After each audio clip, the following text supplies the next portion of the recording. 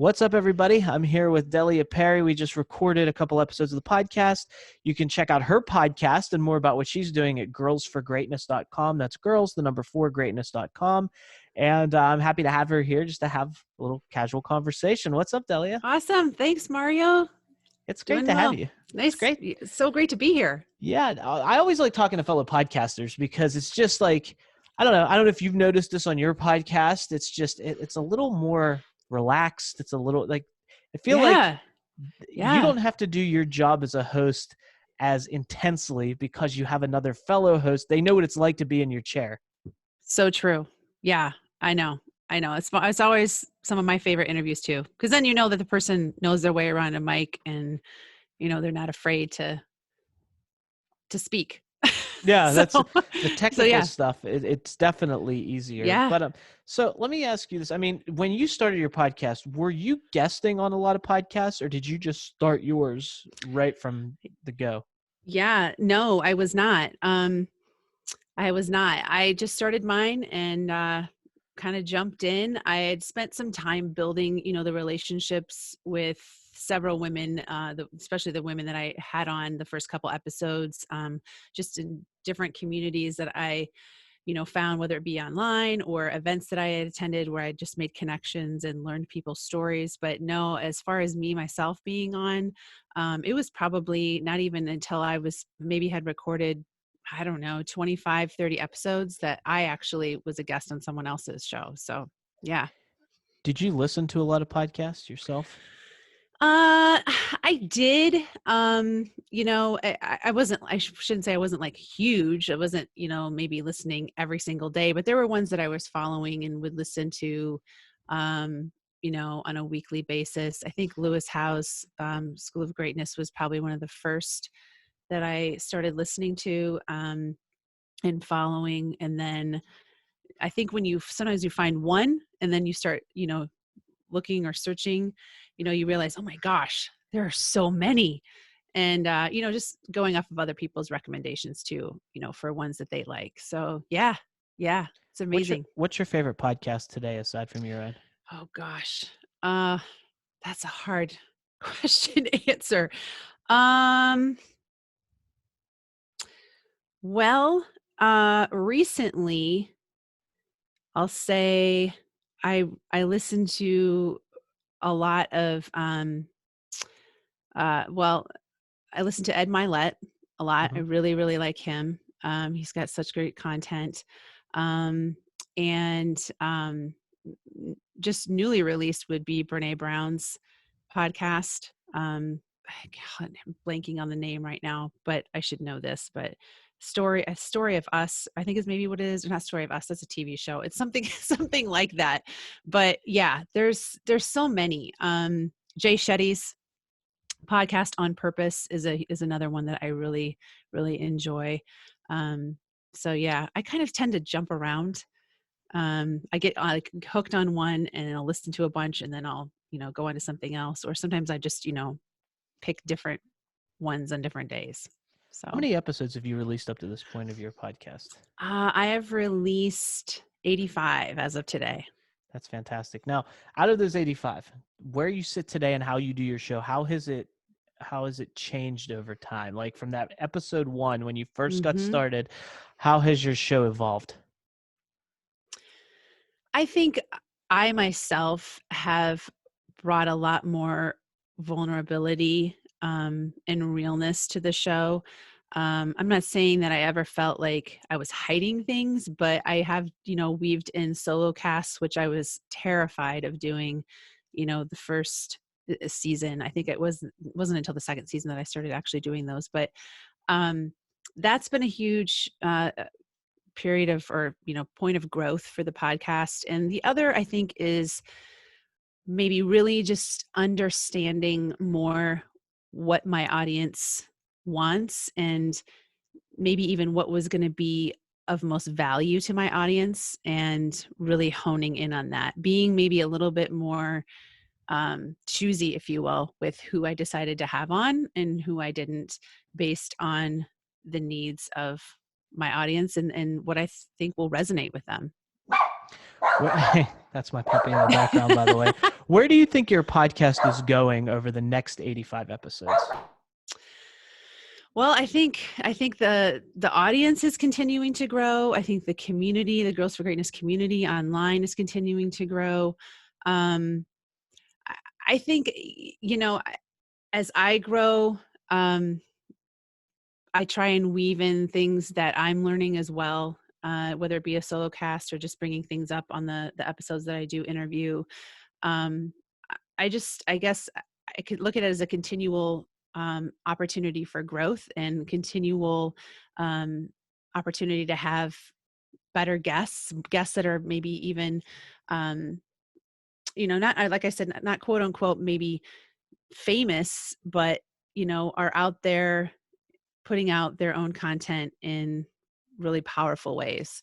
And I've had a lot more people reach out to me, obviously, as the podcast has grown, wanting to be on the show. And so I think that's provided a lot of opportunity to evaluate who would be the best fit, who would I want to use, who would I not. From the conversations you've had on your podcast, what have you learned about yourself and like where, has it impacted other areas of your life? Yeah, for sure. For sure. I take something from every guest that I've had on. I can't think of any episode that I've had where I've not, you know, um, learned something. And that's really been a huge part of how I write the outros to my podcast. Is I take notes or I think back on, the episode itself, the recording and the interview process, and what I gleaned, what I learned, what I think are points that I would want to stress to my audience. And so that's really been, a great way for me to go back over what I've learned from each guest. And I think I've just grown in the sense that I've become more comfortable with my own voice. Um, Let me ask you to that point yeah, right there. I don't mean to interrupt, but has no, your voice changed? Like when you listen to the first few episodes and now you listen to these, is there a difference that you hear in yourself? it's funny because I haven't listened to one in a while. I should. I think there's a confidence there. I definitely was more nervous and stumbled over my words maybe a bit more. And even now, if I stumble over my words, I don't really let it rattle me too much. I just kind of am like, okay, I messed that up. Let me go on and, say this again. Whereas before, I think I would like stop it or, restart or whatever, re-ask the question. I think there's just a more relaxed ease with how I approach each episode now. Yeah, I found that from working with the clients and from myself, it takes about 20 episodes Yeah. for you to really find your voice. And, it's constantly evolving. I mean, I'm still learning things about mine and Yeah. finding mine. But when I listen to I started a podcast, my first podcast was in 2011, I believe. It was in February of 2011. And when I go back and it's still around, you have to do some digging to find it. It's online still, but I Okay. leave it there for a reason.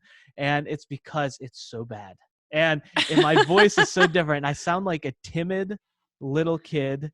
And I mean, I was in my early 20s, but a timid little kid. And I was very I had good content, but I wasn't trained. I didn't have the Mm-hmm. experience. And so over the years, when I listen to today and I listen to then, there's just such a difference. And it's not, I say vocally because you said that your voice has kind of changed, but it's like you said, the confidence and the way you present it and how that comes across to the end user, which I think is so important. Yeah, you're right. I mean, gosh, I can only imagine as long as you've been in podcasting. I mean, you must see incredible growth Yeah, in even on yourself. TV, because I did a bunch of TV work, going back and looking at those clips, Yeah. it's like, I don't like to watch those old clips because it's a little bit Right. embarrassing, but I mean, I did the best I could at the time.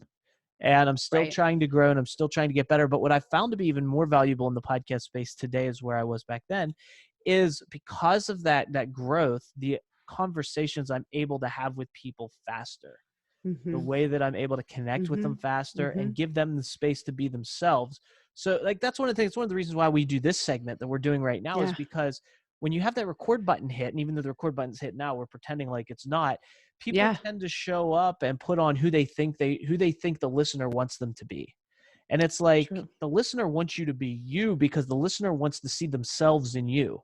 And they want to see, look, this is someone who's successful, someone that's putting themselves out there, someone who's really working hard and has a powerful message. Where do I relate to them? And if you show up as authentically you with your vulnerability and everything that comes along with that, and the listener sees that or feels that within you, that gives them permission to let that part of them shine, which in turn makes everyone more powerful. Yeah, so true, Mario. That's so true. I couldn't agree more. I think putting your guest at ease, like we talked about before, when we had a conversation, is really important, has been huge. That's why I know I told you that I like to have a conversation with each guest that I have. I won't just have someone on because someone recommended them, because I've done that a couple times and it's been a nightmare. And not that the person's bad, it's just there's just not a rapport that's established. And I just think it's really important. Yeah, I agree. And there's two ways. Because as a host, you have responsibilities.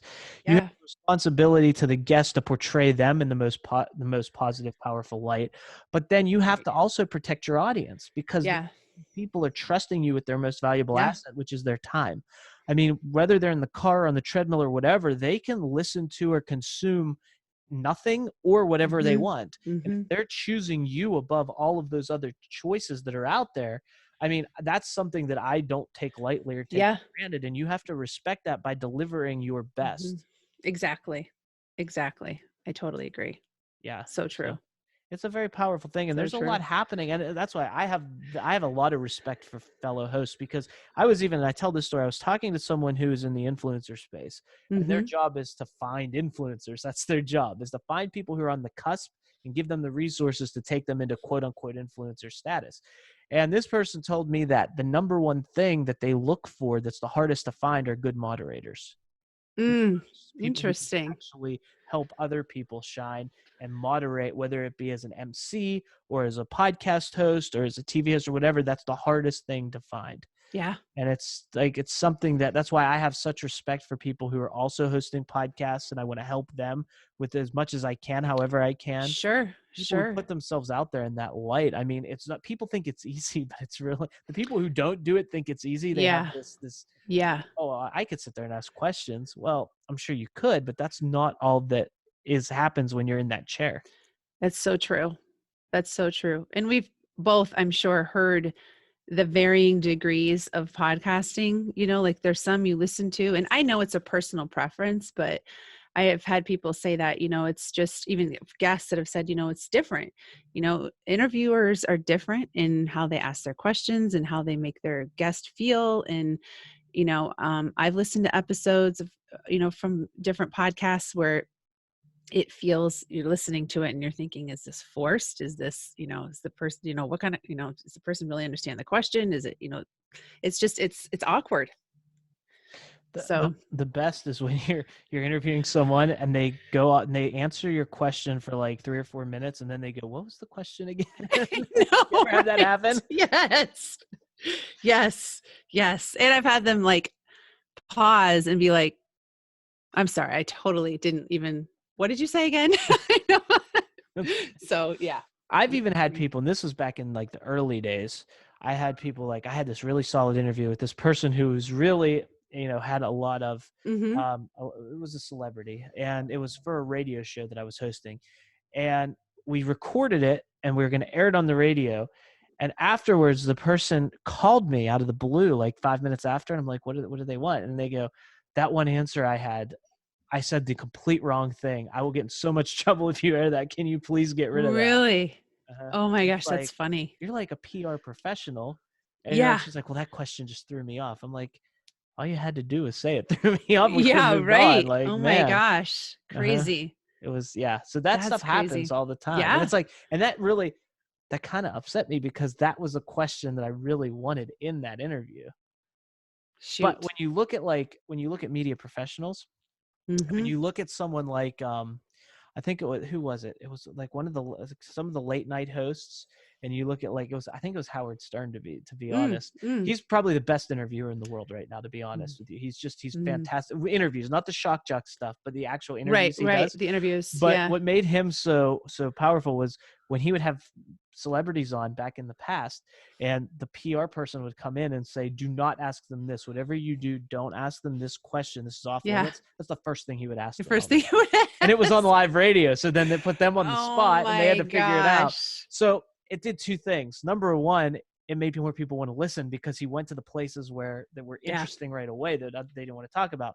But it also made a lot of celebrities go, I don't want to really be on his show because I don't know what he's going to ask me, and he's going to ask me these things. But the fact that you had the listenership and the attention kind of overcame that. So that's super interesting to go to places like that. So I always liked, and I asked you this before we did our interview, and I'd like to have your take on it real quick, and then we'll wrap up. But I always like to ask, what's one thing that you love to talk about that nobody ever asks you?